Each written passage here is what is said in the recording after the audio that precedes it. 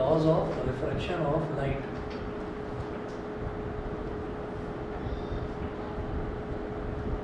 Laws of refraction of light. जैसे वहाँ पर हमने देखा था रिफ्लेक्शन के दो लॉज थे, यहाँ पर भी दो लॉज होंगे. पहला लॉ नोट करें. According to the first law of refraction of light,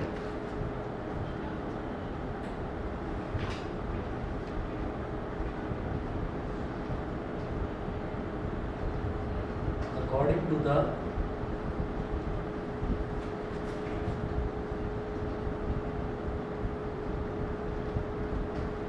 first law of according to the first law of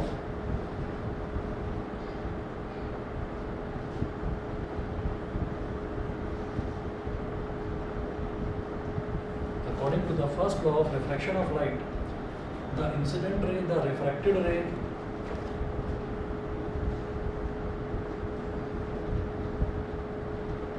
the incident ray, the refracted ray,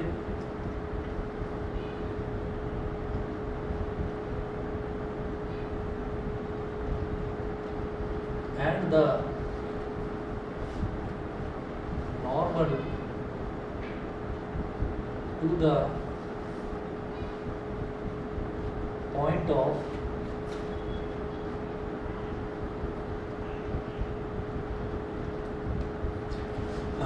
according to the first law of refraction of light, the incident ray, the refracted ray, and the normal to the point of incidence all lie in the same plane. Incident ray, refracted ray, and normal to the point of incidence, they all lie in the same plane. ये बिल्कुल वैसे ही rule है जैसा कि हमारा reflection में था. वहाँ पर क्या था, इंसिडेंट रे, रिफ्लेक्टेड रे और नॉर्मल था. यहाँ पर है इंसिडेंट रे, रिफ्रैक्टेड रे. ठीक है, तो रिफ्लेक्टेड की जगह बस रिफ्रैक्टेड आ जाएगा, बाकी कोई अंतर नहीं है. दोबारा बोलो. नहीं, इमरजेंट रे यहाँ पर नहीं है.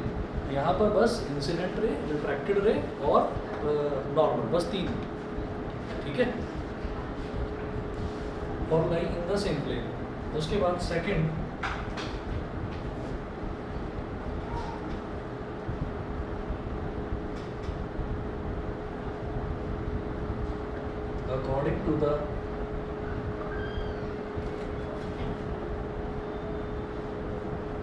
according to the second law of refraction of light, according to the second law of refraction of light,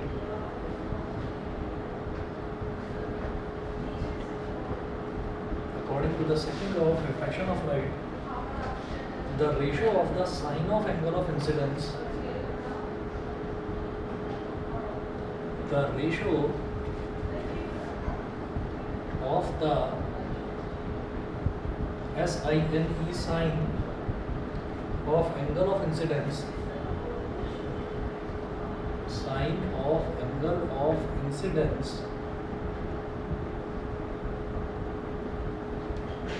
the ratio of the sine of angle of incidence to the sine of angle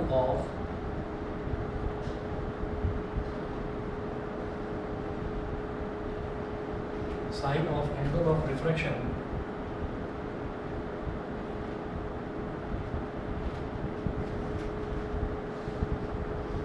is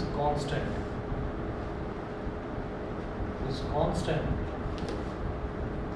for a given pair of media, for a given pair of media, and this constant is called,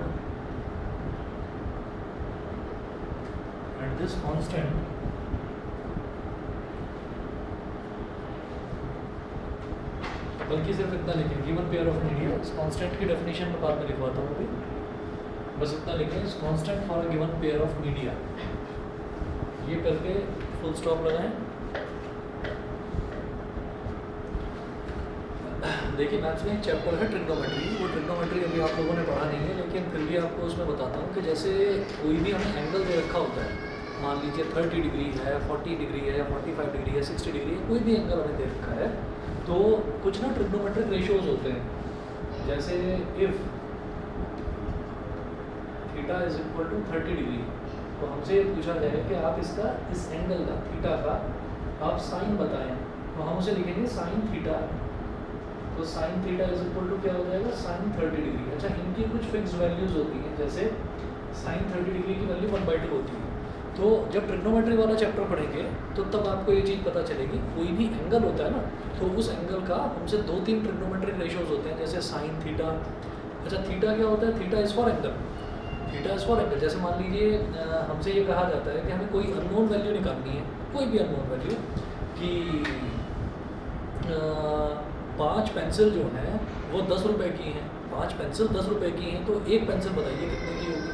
तो वो जो आप एक की cost निकालते हो ना, उसको हम एक्स बोल देते हैं। जो हम अननोन वेरिएबल निकालते हैं, अननोन वैल्यू निकालते हैं, उसको हम जनरली ऐसे ही एज्यूम कर लेते हैं कि चलिए उसको एक्स मान लिया हमने। इसी तरीके से जब हमें कोई अननोन एंगल निकालना होता है, तो एंगल को हम एज्यूम कर लेते हैं थीटा। समझ गए? तो जैसे एक्स वाई जेड ये इंग्लिश अल्फ़ाबेट्स हैं, ऐसे थीटा, अल्फ़ा, बीटा, गामा, ये जो अल्फ़ाबेट्स है, जैसे अल्फ़ा और बीटा हमने इसमें अभी पॉलिनोमियल वाले चैप्टर में भी करा था। तो ऐसे ही ये जो थीटा है ना, ये भी एक ग्रीक अल्फ़ाबेट है, और ये अल्फ़ाबेट यूज़ करा जाता है जनरली एंगल निकालने के लिए। ठीक है, तो एंगल का एक ट्रिग्नोमेट्रिक रेशियो होता है, उसको हम बोल देते हैं साइन। ठीक, तो साइन थीटा ऐसे लिख देते हैं। तो ये एक वैल्यू आती है इसकी। जैसे मान लीजिए हमसे बोला साइन 30 डिग्री, तो उसकी वैल्यू 1/2 होती है। जैसे बोलेंगे साइन 90 डिग्री, तो उसकी वैल्यू 1 होती है। तो अभी हमने वो चीज़ करी नहीं है, पर अभी के लिए आप लॉज ऑफ रिफ्रैक्शन में नोट करके चलें कि अगर हमको कोई 2 मीडियम दे रखे हैं, 2 मीडियम का मतलब क्या हो गया, उसको प्लूरली क्या बोलेंगे, 2 मीडिया, 2 मीडिया। तो जैसे मान लीजिए कि ये हमारे पास एक ग्लास स्लैब था, ऐसे ये ग्लास स्लैब था, तो यहाँ से एक रे ऑफ लाइट ऐसे इसके अंदर आती है, टकराती है इस तरह से। तो जिस पॉइंट पर ये टकरा रही है, उस पॉइंट पर हम नॉर्मल ड्रॉ करेंगे, ऐसे ये ड्रॉ कर दिया। अब यहाँ पर ये नॉर्मल के साथ ये जो इंसिडेंट रे है, नॉर्मल के साथ जो एंगल बनाती है, उसको आई बोल देते हैं। I is angle of incidence. अच्छा, हमने ये देखा था कि ये एयर है। एयर क्या है, एक रेयरर मीडियम, एक रेयरर मीडियम, मतलब इसके जो पार्टिकल्स हैं थोड़े खुले खुले हैं, तो इसलिए हम इसको रेयरर मीडियम बोल देते हैं। और जब एयर से किसी डेंसर मीडियम, मतलब ये ग्लास स्लैब है, मतलब ग्लास में रे ऑफ लाइट एंटर कर रही है एयर से, तो कायदे से तो ये रे ऑफ लाइट ऐसे चली जाती सीधी, बट क्योंकि रेयरर से डेंसर में एंटर कर रही है, तो रेयरर से डेंसर में जब लाइट रे एंटर करती है, तो it bends towards the normal, तो वो ऐसे सीधी ना जाकर ऐसे झुक जाती है नॉर्मल की तरफ। तो ये जो एंगल बना रही है, ये वाला एंगल है आर, एंगल ऑफ रिफ्रैक्शन। तो सेकंड लॉ ऑफ रिफ्रैक्शन ये कहता है कि अगर मैं जैसे साइन निकालना होता है, तो साइन हम किसी भी एंगल का निकालते हैं और उसकी वैल्यू हमें दे रखी होती है। अगर कोई क्वेश्चन भी आएगा ना, तो उसकी वैल्यू हमको दे रखी होगी। तो ये ऐसा नहीं है कि कोई बहुत टफ चीज़ है जो हमसे पूछी जाएगी और हम बता ही नहीं पाएंगे। तो जो भी हमको एंगल दे रखा होगा, उसका साइन थीटा क्या होगा, वो हमको दे रखा होगा। तो हमारे लिए सिर्फ और सिर्फ एक काम रह जाएगा, रेशो निकालना। देखिए क्या है, ये ऐसे होता है second law of refraction, sine of angle of incidence, यानी कि sine i upon sine of angle of refraction is equal to constant. Sine of angle of incidence upon sine of angle of refraction is equal to constant. ये हमारा क्या है, कि हमारा second law है। अच्छा, इसको क्या बोलते हैं, sine i upon sine r is equal to, जैसे एन होता है ना, कैपिटल एन तो ऐसे लिख देते हैं और स्मॉल एन ऐसे लिख देते हैं। अब ये जो स्मॉल एन है, इसको थोड़ा सा नीचे से ऐसे लंबा खींच दीजिए, ठीक है, स्मॉल एन बनाकर नीचे से थोड़ा लंबा खींच दीजिए। इसको बोलते हैं ईटा, ETA ईटा। ये जीरो बनाकर बीच में ऐसे लगा देते हैं, इसको क्या बोलते हैं, थीटा, THETA, थीटा। ये भी ग्रीक अल्फाबेट है, ईटा। तो ये जो sine i upon sine r, जो ये कांस्टेंट आता है ना, इस कांस्टेंट को बोल देते हैं ईटा। ठीक है,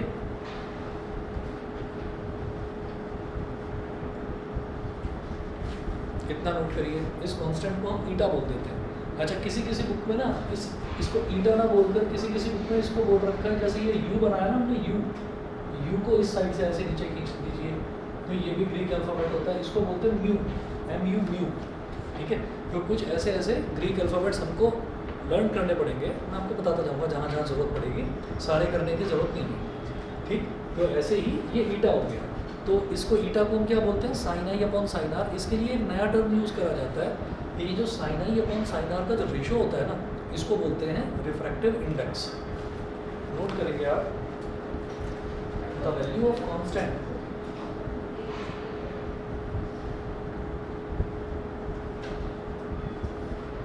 the value of constant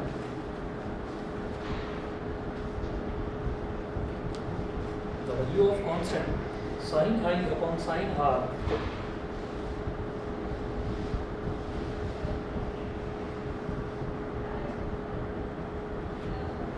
the value of constant sin I upon sin R for a ray of light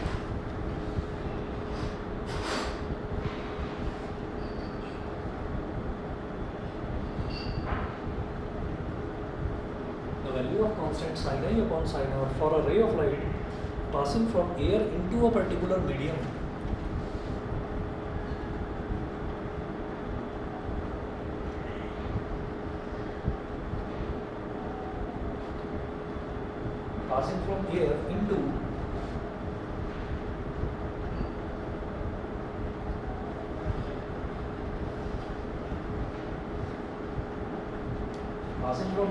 a particular medium is called the refractive index of that medium.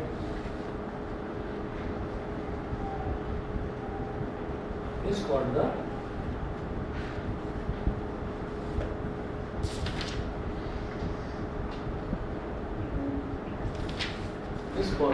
refractive index of that medium.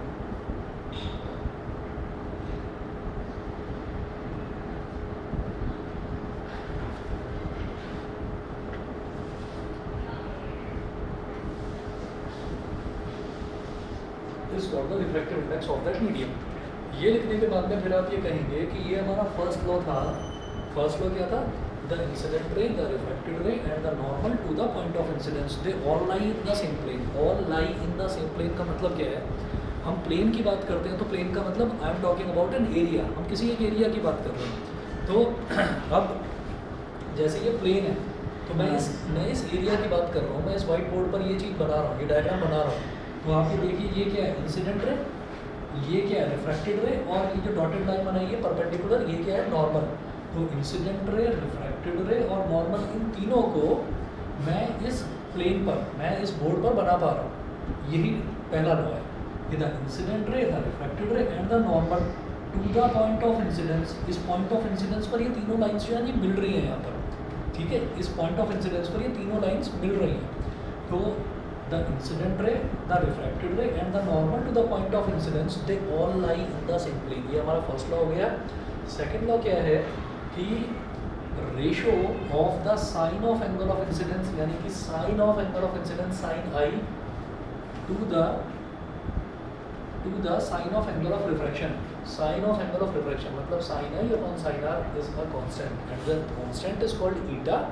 क्या बोलते हैं इसको? ईटा, ठीक है? और इस ईटा को क्या कहा जाता है? ईटा तो इस अल्फ़ाबेट का नाम है, ठीक है? ईटा तो इस अल्फ़ाबेट का नाम है। इसको क्या बोलते हैं? Refractive index of that medium. अच्छा, refractive index of that medium, ये हमने इसको बोल दिया। अब इसमें भी ये देखा जाता है कि इसको लिखने के दो तरीके होते हैं अलग अलग। यहाँ पर आप लिखेंगे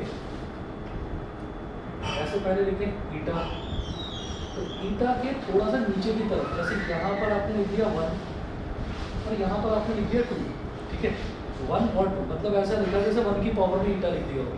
तो ईटा लिखा और ईटा के नीचे की तरफ पहले लिखा 1 और बाद में लिखा 2। इसका मतलब क्या है? Refractive index of medium 2 with respect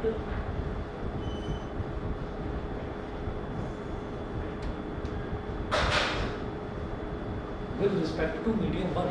refractive index of medium 2 with respect to medium 1.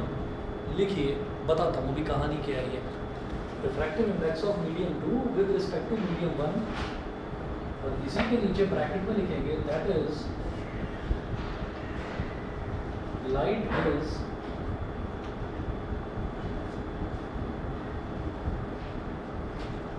entering, light is entering from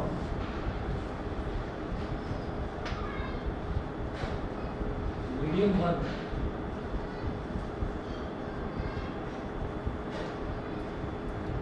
that is light is entering from medium 1 to medium 2. ठीक है. 1 eta 2 का मतलब क्या है? 1 eta 2 जैसे कोई भी हम रिफ्रैक्टिव इंडेक्स लिखेंगे किसी भी मीडियम का, तो हम ये देखेंगे कि जब भी रिफ्रैक्शन होगा तो लाइट रे किसी एक मीडियम से चलेगी और दूसरे मीडियम में एंटर करेगी. एक मीडियम से चलकर दूसरे मीडियम में एंटर करेगी. यहाँ क्या है? यहाँ लाइट रे एयर से चलकर ग्लास के अंदर एंटर कर रही है. तो एयर को अगर मैंने बोला कि ये मेरा मीडियम 1 है, एयर को अगर मैंने बोला कि ये मीडियम 1 है और ग्लास को बोला कि ये मीडियम 2 है, तो इसके रिफ्रैक्टिव इंडेक्स को लिखने का तरीका ये होगा 1 eta 2. इसका मतलब लाइट रे फर्स्ट मीडियम से चलती है और सेकेंड मीडियम में पहुँचती है. ठीक है. 1 eta 2. अच्छा, अब बोला कैसे जाएगा इसको? इसको बोलेंगे refractive index of medium 2 with respect to medium 1. Refractive index of medium 2 with respect to medium 1, ऐसे बोला जाएगा इसको. समझ में आ गई मेरी बात? ठीक है. ऑनलाइन वाले बच्चे बताएं, क्लियर है इतना? ठीक है. दोबारा. अच्छा, इसको यूज़ कैसे कर सकते हैं? हाँ, मैं अभी इसके न्यूमेरिकल्स करवाऊंगा, उसमें समझाऊंगा, सब अच्छे से समझ में आ जाएगा आपको. ठीक है. अभी तो जस्ट स्टार्टिंग करिए, मैं आपको समझाऊंगा, समझ में आ जाएगा. अच्छा, इसके बाद जैसे मैंने ऐसे लिखा 1 eta 2, इसी तरीके से आप क्या लिखें? 2 eta 1 लिखना आप जरा. तो ये ऐसे लिखेंगे, ईटा तो ऐसे लिख लिया, 2 इधर 1 इधर, 2 eta 1. ये क्या होगा? डेंसर मीडियम से वापस पास हुई है. डेंसर मीडियम से रेयर मीडियम में लाइट रे जा रही है, मतलब मीडियम 2 से मीडियम 1 में जा रही है लाइट रे. तो रिफ्रैक्टिव इंडेक्स ऑफ, ये बाद वाला लिखेंगे पहले, जैसे यहाँ था refractive index of medium 2 with respect to medium 1, तो ये 2 eta 1 है. तो refractive index of medium 1 with respect to medium 2.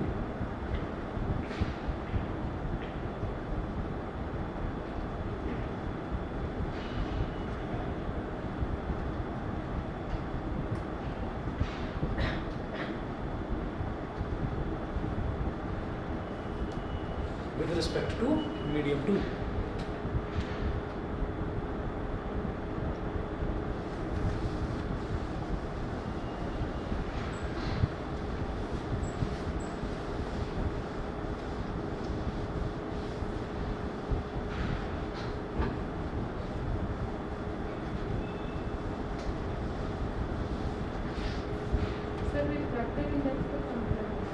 दोबारा बोलो. रिफ्रैक्टिव इंडेक्स का मतलब बताता हूँ अभी क्या है. हम जैसे ये बोलते हैं ना कि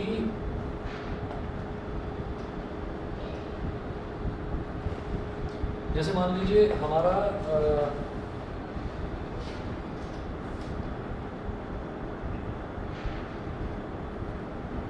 पहला टेस्ट हुआ, उसमें हमारे 50 में से 25 मार्क्स आए हमारे. ठीक है. अब दूसरा टेस्ट हुआ, दूसरे टेस्ट में हमारे 50 में से 40 नंबर आ गए. ये हमारे मार्क्स हैं. ठीक है. तो अब हमसे किसी ने भी कहा कि पहले तो 25 नंबर आए थे, अभी 40 नंबर आए हैं, तो कुछ इम्प्रूवमेंट हुआ है.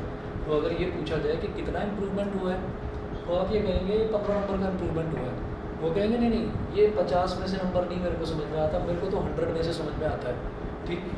या फिर कहीं पर ऐसा है कि पहले आपके 80 में से 70 नंबर आए थे, फिर 80 में से 75 आ गए. तो आपसे ये पूछा जाता है कि नहीं आप परसेंटेज में बताइए कितना परसेंट आपने इंक्रीज़ करा. तो उसमें आप ये देखिएगा कि हम क्या करते हैं कि ना ऐसा कर देते हैं कि new marks minus old marks, new marks minus old marks upon old marks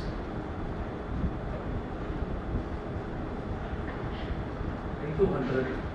हमने कोई चीज़ खरीदी, हमारी एक दुकान है, हमने बड़ा होलसेल मार्केट में गए, हमने कोई एक चीज़ खरीदी, 10 रुपये की खरीदी, 11 या 12 रुपये की हमने बेच दी वो आगे, ठीक है। तो इसका मतलब क्या है कि हमने जितने में खरीदी है वो हमारा कॉस्ट प्राइस है, जितने में हमने बेची है वो सेलिंग प्राइस है। तो हम क्या करते हैं कि जिस पर हमने बेची है वो नया प्राइस है, वो हमने अब उस पर लगा दिया कि भाई अब ये इतने की बिकेगी। मैंने 10 रुपये की खरीदी थी, मैं 12 रुपये की आगे बेच रहा हूँ। तो मैंने क्या करा कि सेलिंग प्राइस जो मेरा नया प्राइस है, selling price minus cost price upon cost price into 100, तो वो मेरा प्रॉफिट परसेंटेज शो करता है कि मेरी प्रॉफिट परसेंटेज इतनी आ गई। यहाँ पर मेरे अब नंबर 40 आए हैं, पहले मेरे नंबर 25 थे और पहले 25 नंबर थे। तो new marks minus old marks upon old marks into 100 अगर करेंगे तो ये आ जाएगा कि कितना परसेंट हमने इंक्रीज़ करा। तो यहाँ पर कैसे पता चलता है, ये आ गया 40 minus 25 upon 25 into 100, 40 minus 25 is 15 upon 25 into 100, 25 4 जा 100, 15 4 जा 60। आपने 60% का ग्रोथ करा है यहाँ पर। इसी तरीके से ये जो रिफ्रैक्टिव इंडेक्स है ना, ये रिफ्रैक्टिव इंडेक्स जो है, ये रिफ्रैक्टिव इंडेक्स भी आपको ये बताता है कि एक मीडियम से दूसरे मीडियम में जाने पर रिफ्रैक्टिव इंडेक्स अगर ज़्यादा है तो इसका मतलब क्या है कि आप रेयर से डेंसर मीडियम में जा रहे हैं। इसका मतलब क्या है कि वो आपको बेंड करेगा, उसको कहाँ पर, वो उसको बेंड करेगा नॉर्मल की तरफ। और अगर रिफ्रैक्टिव इंडेक्स कम है तो इसका मतलब आप डेंसर से रेयर मीडियम में जा रहे हैं, मतलब वो आपका नॉर्मल से दूर की तरफ उसको वो करेगा, away, it will move away from the normal, ऐसा होता है। तो मैंने इस चीज़ से इसको कोरिलेट करके क्यों दिखाया, क्योंकि ये एक रेशो है जिसको मैंने 100 से मल्टीप्लाई करके ये बता दिया कि मेरे मार्क्स में इंक्रीमेंट तो हुआ है, लेकिन कितना परसेंट इंक्रीमेंट हुआ है। अब मान लो एक बच्चा गया, नहीं मेरे 25 नंबर आए थे, 26 आ गए, एक नंबर बढ़ा है, ठीक है। तो इसलिए मतलब I am a good student, I am showing these are the science of growth, ठीक है। तो I am a growth oriented student. तो अगर इस तरीके की बात होती है कि एक नंबर का इंक्रीमेंट हुआ है तो परसेंटेज भी इंक्रीमेंट होता हुआ कितना हुआ। फॉर एग्जांपल आप लोग जहाँ न्यूज़पेपर तो आप लोग पढ़ते नहीं हो, न्यूज़ भी शायद देखते नहीं होंगे, चलो मैं बता देता हूँ। आजकल आपको सुनने में आ रहा होगा कि पेट्रोल के प्राइस हैं और डीजल के प्राइस हैं 20% 30% इंक्रीमेंट हो रहा है। तो वो इंक्रीमेंट कैसे निकाला जाता है, वो ऐसे निकाला जाता है कि अभी we are going to step into May 2022 और मई 2021, हम एक साल का अगर इंक्रीमेंट देखें तो हम ये सोचेंगे कि फर्स्ट में है कल, ठीक है। तो अब एक साल पहले फर्स्ट मई के दिन कितना था पेट्रोल का प्राइस पर लीटर, वो गूगल पर चेक करिए कि पिछले साल इतना प्राइस था, इस साल इतना प्राइस है। तो हम आज वाले प्राइस में से पुराना प्राइस सब्ट्रैक्ट करेंगे, अपॉन पुराना प्राइस करेंगे, मल्टीप्लाई बाई 100 कर देंगे, तो वो मेरा एक ना फैक्टर आ जाएगा, जिस फैक्टर से ये पता चलेगा कि कितना परसेंट राइज हो रहा है या कितना परसेंट डाउन जा रहा है। तो ये जो रिफ्रैक्टिव इंडेक्स है, ये भी एक ऐसा फैक्टर है, ये भी एक ऐसा रेशो है जो ये बताएगा कि जो इंसिडेंट रे है वो कितना मुड़ेगी या कितना नहीं मुड़ेगी। बस ये चीज़ बताती है, ठीक है ना। अब उसके अंदर की कहानी क्या है वो छोड़ो, वो नहीं समझ गए, बस ये हमको इतना बता देता है रिफ्रैक्टिव इंडेक्स कि कोई रे कितना बेंड हो रही है और कितना बेंड नहीं हो रही है, बस ये चीज़ समझ गए। तो इसका सिग्निफिकेंस रिफ्रैक्टिव इंडेक्स का ये है। तो इसका फॉर्मूला भी होगा फिर? हाँ, फॉर्मूला मैं अभी आ रहा हूँ ना। देखिए एक फॉर्मूला तो इसका यही है, sine i upon sine r, ठीक है, sine i upon sine r. तो इसको भी मैं क्या बोल सकता हूँ, इसको मैं यहाँ पर लिख सकता हूँ कि इधर लिख सकता हूँ ए, इधर लिख सकता हूँ जी। इसका मतलब क्या है कि लाइट रे एयर से आ रही है और ग्लास में जा रही है, लाइट रे एयर से आ रही है, ग्लास में जा रही है। इससे एक चीज़ और समझ में आती है कि जो हमारा ये एंगल ऑफ इंसिडेंस है ये एयर में होना चाहिए और जो एंगल ऑफ रिफ्रैक्शन है ये ग्लास में होना चाहिए। और वो चीज़ दिखाई भी दे रही है कि इंसिडेंट एंगल कहाँ बन रहा है, एयर में, और रिफ्रैक्शन एंगल कहाँ बन रहा है, ग्लास के अंदर। ये एयर है, ये ग्लास है। शायद क्लियर हो रहा होगा। ऑनलाइन वाले बच्चे बताएं समझ रहे हैं कि नहीं? ठीक है, चलिए जी। इसके बाद आगे चलते हैं,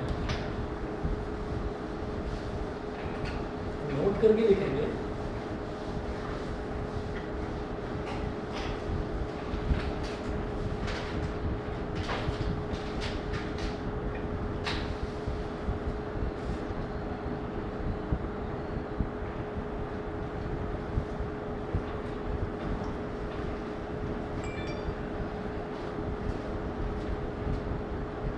ये जो सेकंड लॉ ऑफ रिफ्रैक्शन है, second law of refraction,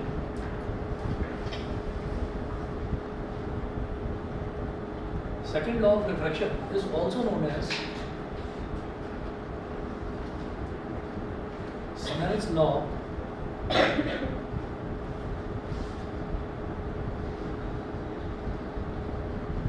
second law of refraction is also known as Snell's law of refraction. Second law को हम स्नेल्स लॉ ऑफ रिफ्रैक्शन भी बोल देते हैं, ये भी इसका एक नाम है। इसके बाद एक क्वेश्चन नोट करेंगे, a beam of light passes from here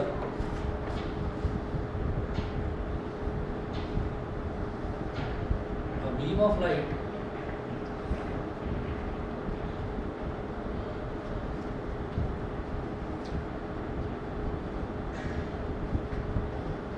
light passes from here into a substance capital X.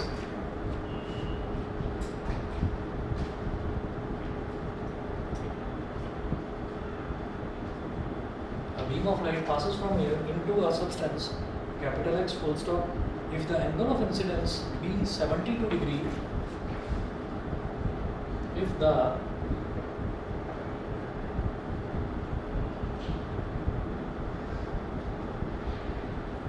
angle of incidence be 72 degree and the angle of refraction be 40 degree and the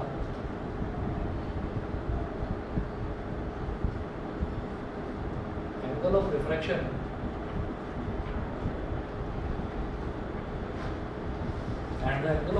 be 40 degree, comma, calculate the refractive index of substance capital X.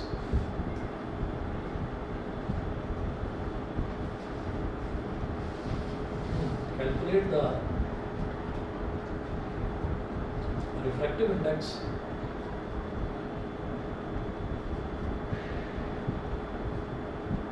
of substance capital X. Full stop. Bracket में लिखा हुआ है, इसमें दे रखा है given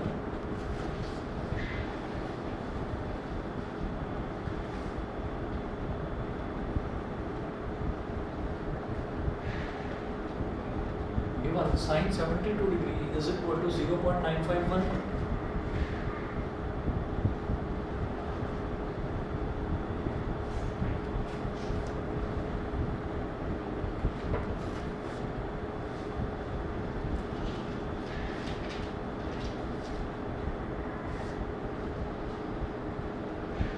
And sin 40 degree is equal to 0.642.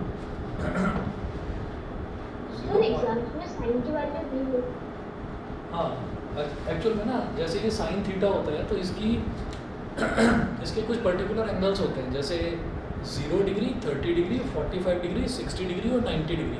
ये 5 जो values हैं, ये 5 वैल्यूज़ तो आपको लर्न करनी होगी। जब हम इंट्रोडक्शन टू ट्रिग्नोमेट्री वाला चैप्टर करेंगे तो एक टेबल बनाएंगे, वो सारे बच्चों को वो वैल्यूज़ लर्न करनी होगी। लेकिन उसके अलावा अगर कुछ और अजीब सी वैल्यूज़ देते हैं, जैसे ये 72 डिग्री है, 40 डिग्री है, तो ये उस टेबल में नहीं होता। तो ये वाली जो वैल्यूज़ हैं, ये वाली वैल्यूज़ आपको क्वेश्चन में गिवन होगी, ठीक है? तब ये क्वेश्चन आएगा, नहीं तो नहीं आएगा। और क्वेश्चन जो है वो क्वेश्चन की वेटेज कितनी है, 1 नंबर का होगा बस क्वेश्चन, क्योंकि sign angle of incidence 72 degree है, साइन आई हो गया, एंगल ऑफ रिफ्रैक्शन 40 डिग्री है, तो साइन 40 हो गया, इनकी वैल्यू दे दी, दोनों को डिवाइड ही तो करना है। अभी डिवाइड करने का क्वेश्चन जो है 4 नंबर का तो आएगा नहीं, तो 1 ही नंबर का आएगा। हाँ जी बोलो।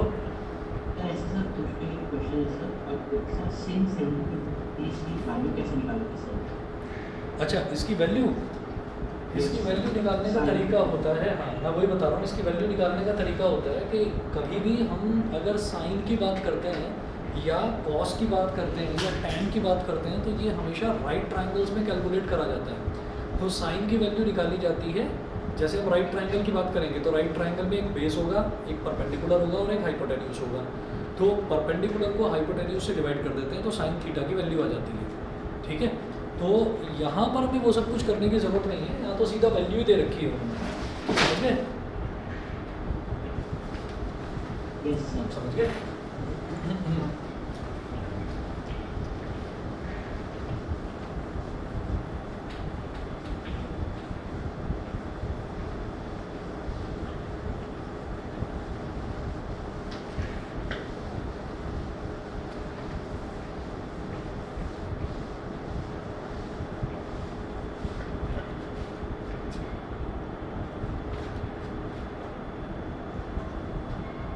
चलिए, तो अब इस क्वेश्चन में देखिएगा,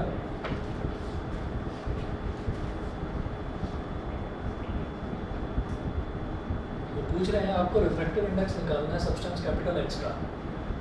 तो eta is equal to sine i upon sine are.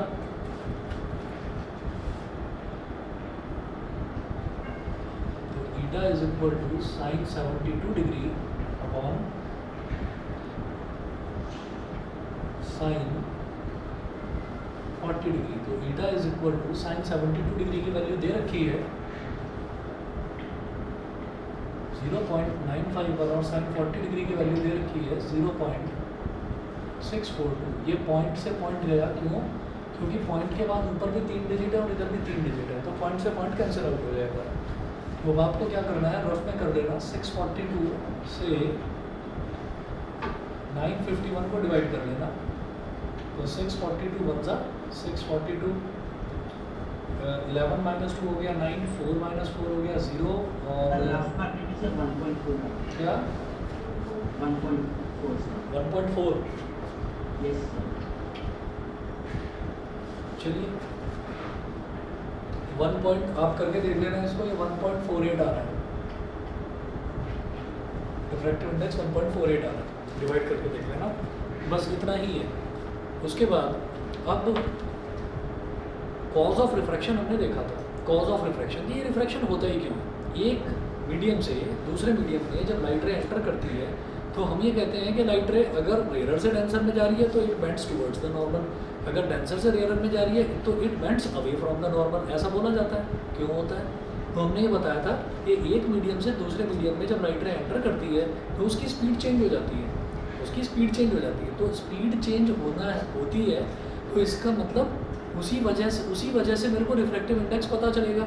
Refractive index, मैंने बोला ना रिफ्रैक्टिव इंडेक्स क्या होता है, रिफ्रैक्टिव इंडेक्स से ये पता चलता है लाइट रे कितना बेंड करेगी कितना नहीं बेंड करेगी, ठीक है। और रिफ्रैक्शन होता क्यों है? रिफ्रैक्शन होता ही इस वजह से है क्योंकि स्पीड चेंज होती है। इसका मतलब स्पीड में, लाइट की स्पीड में और रिफ्रैक्टिव इंडेक्स में कोई ना कोई तो रिलेशन होता होगा। तो नेक्स्ट आपका टॉपिक वही है, आप हेडिंग डालेंगे refractive index and speed of light. यहाँ लिखे आंसर निकला है, हम इसको 1 ईटा 2 लिख सकते हैं। दोबारा बोलो। हाँ, 1 ईटा 2 लिखा जा सकता है, बिल्कुल सही। देखिए इसमें इन्होंने बोला a beam of light passes from air into a substance capital x. तो एयर को ए बोल दो और सब्सटेंस कैपिटल एक्स को एक्स बोल दो, तो इसको ए ईटा एक्स बोल सकते हैं। समझ गए?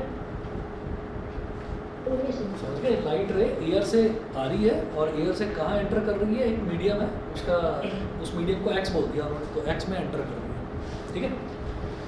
चलिए जी, उसके बाद नेक्स्ट आप टॉपिक लिखेंगे refractive index and speed of light.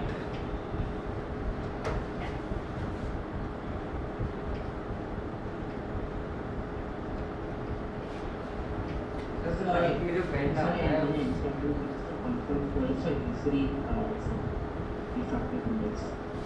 क्या बोल रहे हो?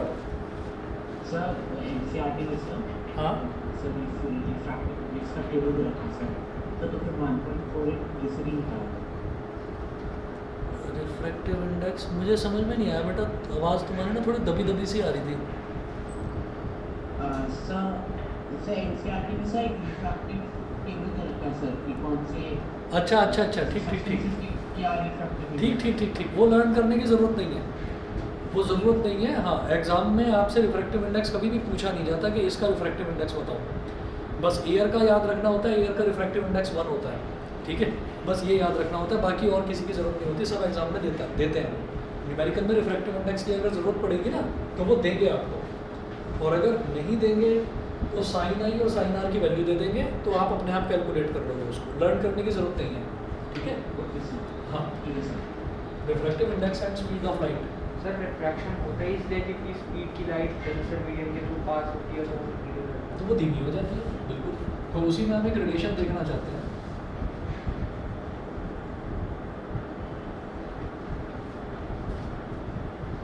Refractive index and speed of light.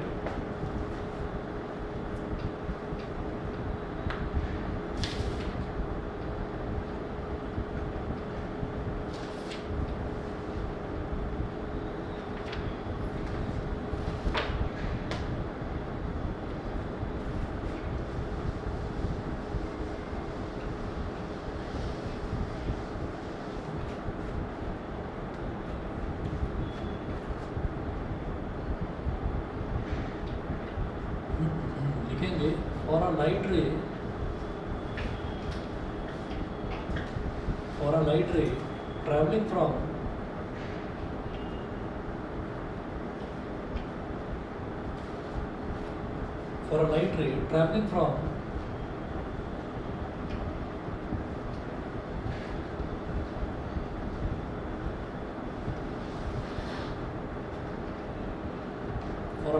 traveling from medium 1 to medium 2, 1 eta 2 is equal to speed of light in medium 1 upon speed of light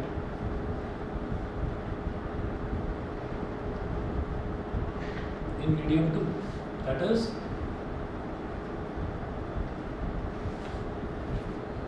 one eta 2 is equal to V1 upon V2.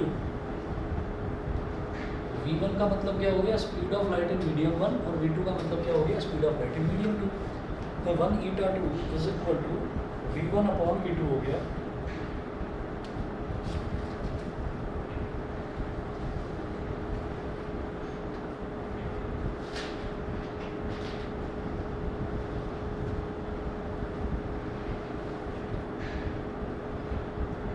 उसके बाद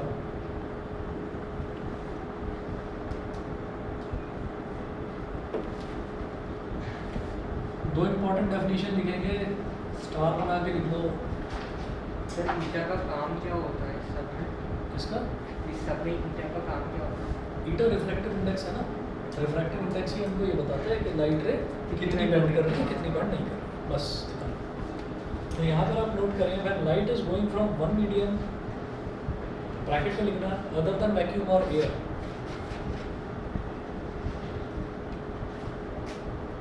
and light is going from one medium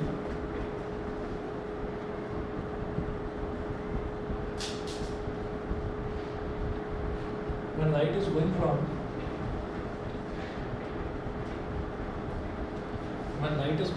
one medium, bracket में लिखिए other than vacuum और air,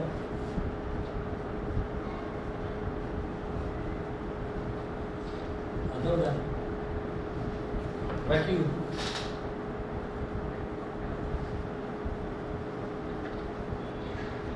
and light is going from one medium, bracket में लिखिए other than vacuum or air, to another medium,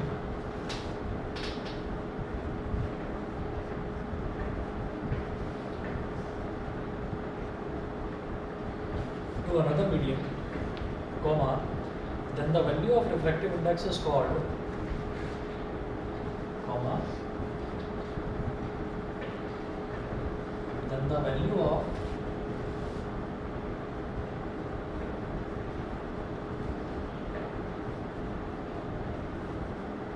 refractive index is called, then the value of refractive index is called relative refractive index.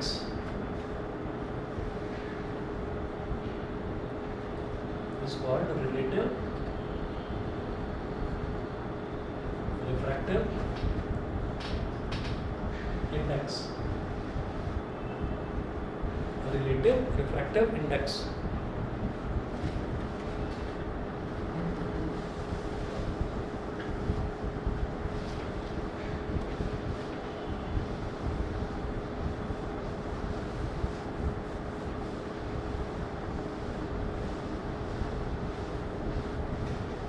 जैसे अभी हमने देखा था, तो light रे कहाँ से कहाँ एंटर कर रही थी, अगर इस क्वेश्चन की बात करें तो एयर से सब्सटेंस एक्स में एंटर कर रही थी. तो इसको रिलेटिव रिफ्लेक्टिव इंडेक्स नहीं बोलेंगे. एयर के अलावा हमारा मीडियम वन एयर के अलावा कुछ और हो, ठीक है, एयर के अलावा कुछ और हो, तो उस केस में जो रिफ्रैक्टिव इंडेक्स है उसको बोलते हैं रिलेटिव रिफ्रैक्टिव इंडेक्स. बात वही है, फॉर्मूला वही है कि speed of light in first medium upon speed of light in second medium. Formula वही है, लेकिन उसको बोलेंगे रिलेटिव रिफ्रैक्टिव इंडेक्स. ठीक, वही चीज़ है. तो ऐसे ही एक पॉइंट और देखेंगे कि अच्छा अगर फर्स्ट मीडियम जो है वो एयर होगा तो उसको क्या बोलेंगे, नोट करें कि when light is going from air or vacuum to another medium,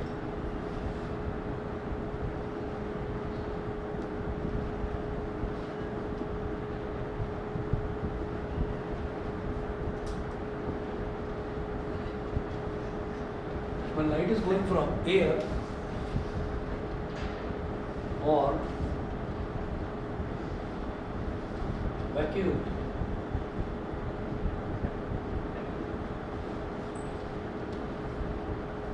when light is going from air or vacuum to another medium, light is going from air or vacuum to another medium, then the value of refractive index is called,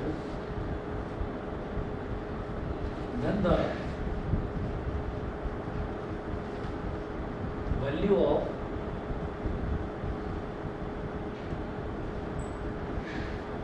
refractive index is called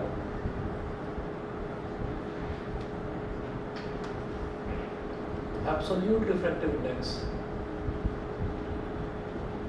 Absolute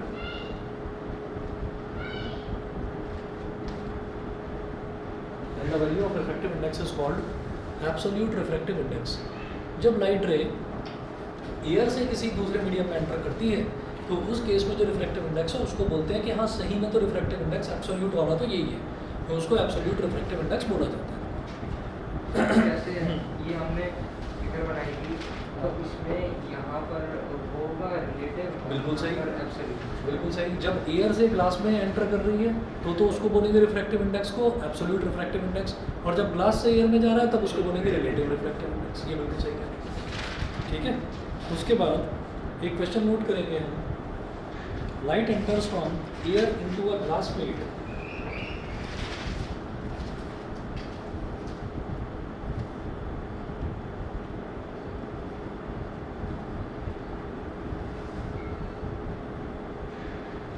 light enters from air into a glass plate, light enters from air into a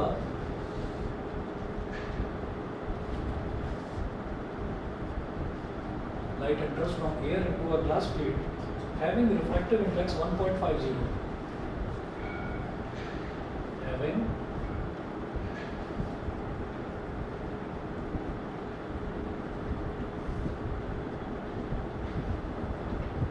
refractive index 1.50, ठीक है। Full stop. What is the speed of light in glass?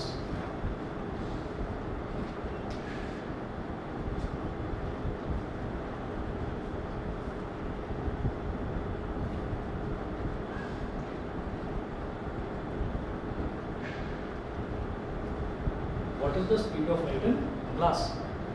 और bracket में एक चीज़ दे रखी है जो आज मैं इसमें पहले क्वेश्चन में बता रहा हूँ, उसके बाद आपको हमेशा आपको ये चीज़ याद रखनी है, the speed of light in vacuum और एयर